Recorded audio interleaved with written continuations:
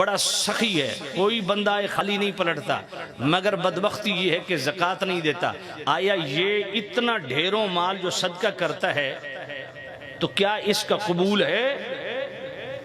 اور صفحہ 336 پہ کتاب الصوم کے ٹائٹل سے ایک رسالہ ہے، اس میں اعلیٰ حضرت سے سوال کیا گیا کہ ایک امام مسجد ہے، رمضان شریف میں تراویح پڑھاتا ہے مگر روزہ نہیں رکھتا، کہتا ہے کم ایک ہی ہو سکتا، یا تراویح پڑھاوتا یا روزہ رکھا، تو آیا اس کی امامت جائز ہے یا نہیں؟ اب اعلیٰ حضرت نے دونوں جگہ سوال مختلف ہے لیکن فرض کی اہمیت کو بیان کرنا تھا، تو دونوں جگہ جواب جو ہے وہ مشترک ہے، دلائل ملتے جلتے ہیں۔ دونوں جگہ اعلیٰ حضرت عظیم البرکت مجدد دین و ملت الشاہ امام احمد رضا رحمۃ اللہ تعالی علیہ، آپ نے سب سے پہلے جو حدیث لائی وہ امیر المؤمنین مولا المسلمین سیدنا و مولانا صدیق اکبر عتیق اطہر علیہ الرضوان الاجل الازہر۔ میرے صدیق اکبر کا آخری وقت ہے، فاروق اعظم پاس موجود ہیں، میرے صدیق اکبر نے فرمایا اے عمر میرے نبی کا یہ فرمان یاد رکھنا، انہو لا تقبل نافلۃ حتی تؤدى الفریضہ، اس بندے کی کوئی نفلی عبادت قبول نہیں کی جائے گی جس کا فرض ادا نہیں ہوا۔ میں اس پیرانے پیر کی بات کر رہا ہوں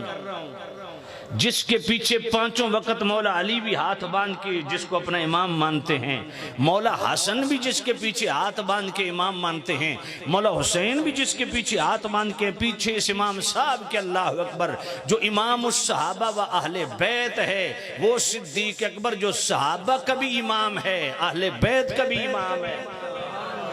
اور صرف صحابہ اہل بیت کا امام نہیں۔ میری بات سن لیجئے، اللہ کی قسم اٹھا کے کہہ رہا ہوں، جس طرح میرے محبوب نبی سارے نبیوں کے نبی ہیں اور ہر امت کے ہر امتی کے نبی ہیں، میرا صدیق وہ ہے جو اس امت کا بھی امام ہے، تمام امم سابقہ کا بھی امام ہے۔ حق نعرہ تکبیر، نعرہ رسالت، لجپال لجپال لجپال لجپال، شان صحابہ، یہ وہ میرا ابو بکر ہے، سبحان اللہ۔ الحسن والحسین سیدہ شباب اہل الجنت، آپ نے سنی ہوگی نا، تو جس جامع الترمذی میں، جس ابن ماجہ میں، جس مسند احمد میں 3 مقامات پہ یہ حدیث ملتی ہے، انہی 3 مقامات پہ یہ حدیث بھی ملتی ہے جس کے راوی خود مولا علی ہیں۔ میرے نبی نے فرمایا علی یہ جو ابو بکر و عمر آ رہے ہیں نا، ہازان سیدہ کہول اہل الجنہ من الاولین والآخرین الا النبیین والمرسلین، فرمایا اے علی یہ ابو بکر و عمر یہ بھی جنتیوں کے سردار ہیں،